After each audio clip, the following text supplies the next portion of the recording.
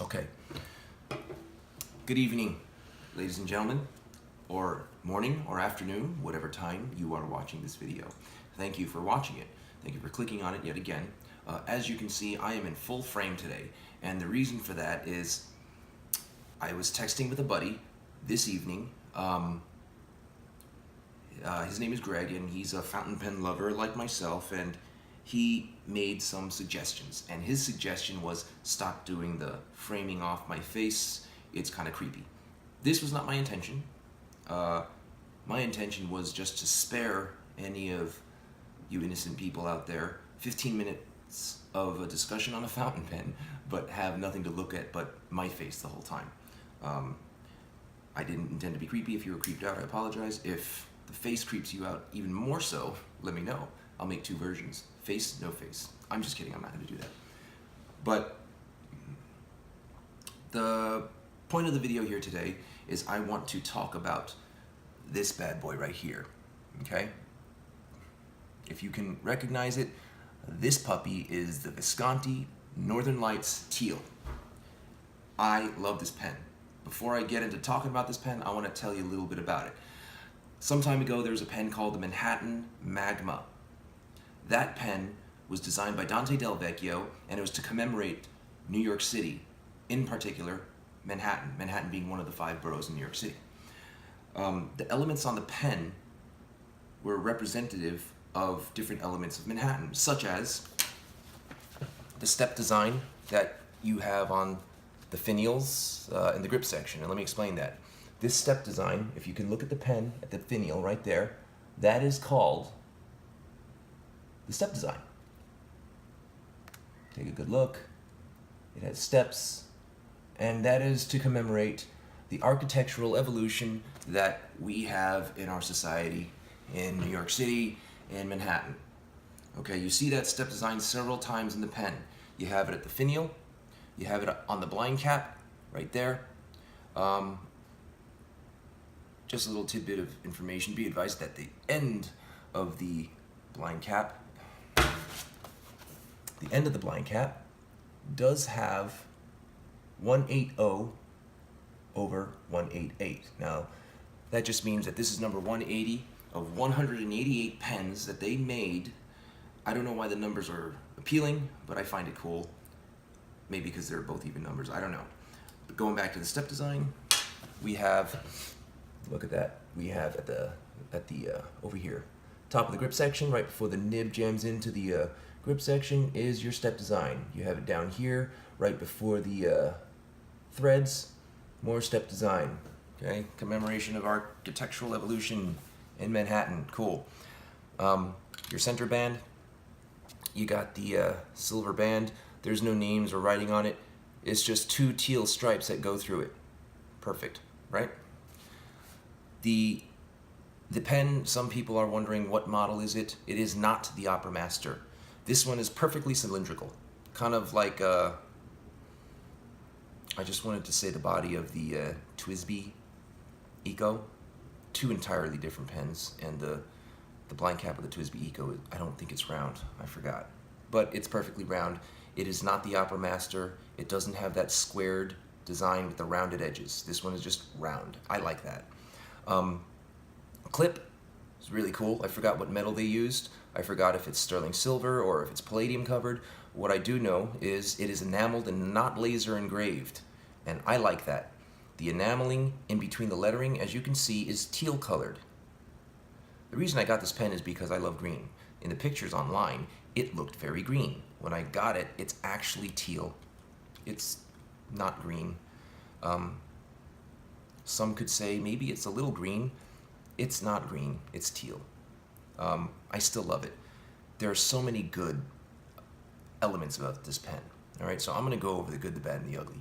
The good about this pen, we don't have enough time in the day. I don't have enough time or storage of memory on my recording device, but I could go on forever.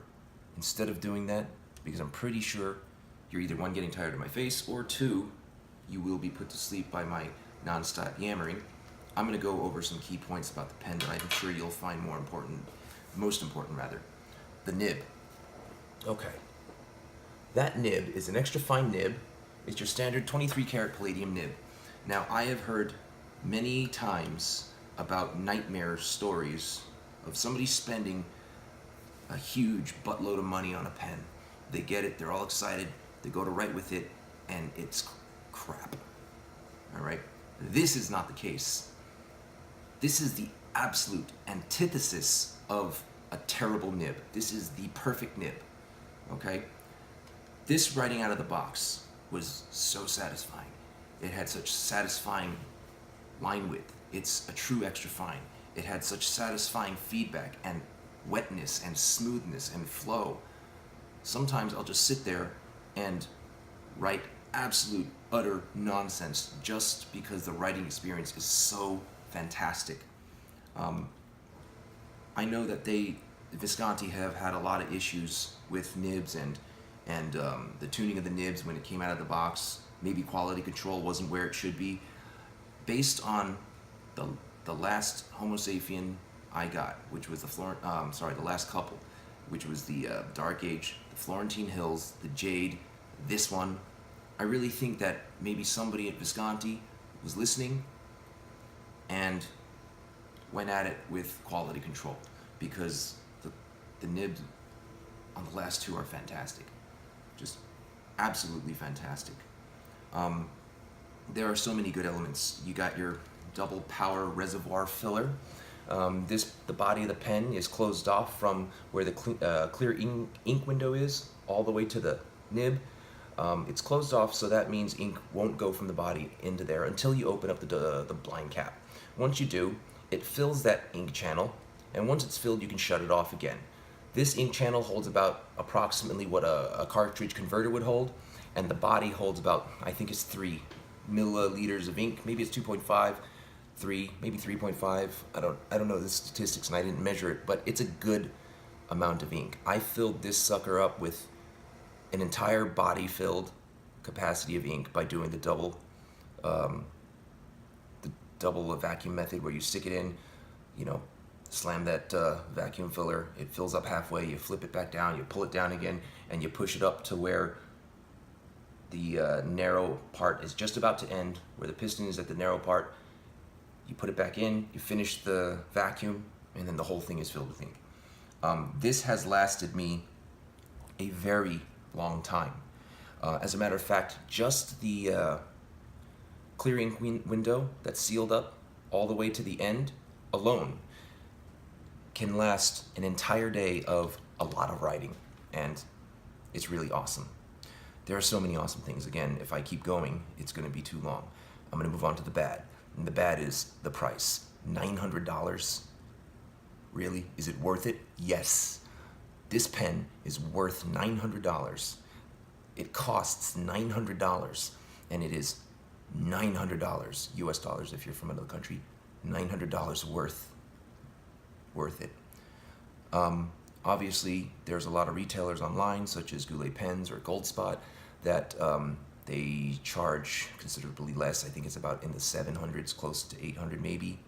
And in that case, it's even ever more so worth it. It is such a fantastic pen. Yeah, so the bad would be the price. Going back to the good, because there's so many, I just have to mention it. Anybody who had a Homo sapien demonstrator pen, whether it be the Florentine Hills, London Fog, Chianti Shire, did anybody else ever notice that the body of it almost feels like it's wrapped in like one of those like stupid Zag and Visishields where you would get a screen protector for your new phone, and you would spray it with that stupid soap and spit that they give you in that little bottle, and then you would put the Invisishield on it, and it'd take a little squeegee that they gave you that had very poorly cut edges, and you squeegee out all the soap and stuff out of the screen protector, and then it's clean and nice and shiny, but it has kind of like a real rubbery feeling to it. I don't know why I feel as though those demonstrator Homo sapiens had that texture to it. It kind of feels like that. Not as extreme, but similar. This pen is absolutely not like that. If you told me it wasn't made out of acrylic, and you told me it was made of glass, then I would believe that it was made of glass, because that's how well polished it is. That's how well made this hand-turned acrylic is. So many good things about it. So, like I said, good, whole entire list. Bad, price. The ugly, is none. None. This pen is fantastic. If I had to be a really nitpicking pain in the butt, and I just have to find something to complain about, and I'm just one of those people that just can't be happy, then I would say that the only, it's not even an ugly element, and it's not bad. I would say the only element that is not fantastic is the balance. Okay, if you take the balance of the pen, notice that the end cap is made of metal. Okay, since the end cap is made of metal, what you got is back-weightedness. Okay, now if you're the type of writer who, when they write with the pen leaning backwards in the crook of their hand like so, you're probably not going to care. If you post it, it's even more back-weighted, but you're probably still not going to care. You see, but if you're the type of person that likes to write above the, this knuckle here, like if anybody trains in martial arts, you're supposed to punch people with these two. This one right here, the first one. If you like to hold it right there, I can't. Wait a minute. Here we go. I don't know how to get. All right. If you like to hold it like this, which is how I like to hold it, then you're gonna really feel the back-weightedness, even when it's uncapped. Right there, you see, it does feel back-weighted. It's pretty noticeable, and you do have to get used to it, and you will. And I gotta tell you, the nib writes so well, and the pen is so well tuned, and even if it's back-weighted, I don't care. It writes so well. It doesn't drive me crazy. There is nothing about this pen that I can say is not worth every penny invested into it. Nothing. Like I said, the only thing is just you got your end cap. That's a pretty dense piece of metal, and that's it. So the good, everything, anything you can think of about this pen. The bad, the price. It's a lot, but it's worth it. And the ugly, nothing. Nothing at all.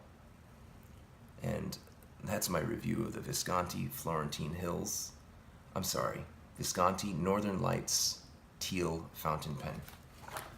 There you go. Let me just make it focus in. That is one awesome pen.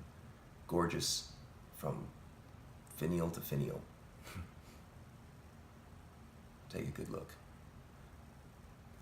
It's a demonstrator. If you see ink inside the cap, that's because I was flicking it around and messing around for no good reason.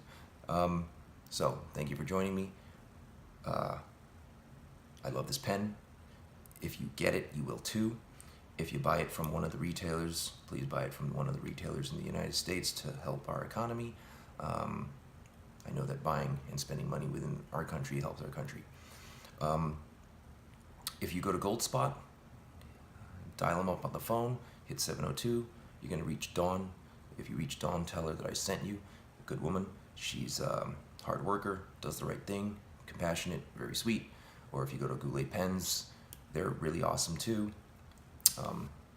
That dude puts out some pretty cool videos. But this pen, I don't want to say bad words. This pen is one bad rear end mother procreating pen. Fantastic pen. You'll enjoy it. Okay, that's my review. I have to go. I hope this gave you some information, inspires you to buy it, because you'll love it. Good night.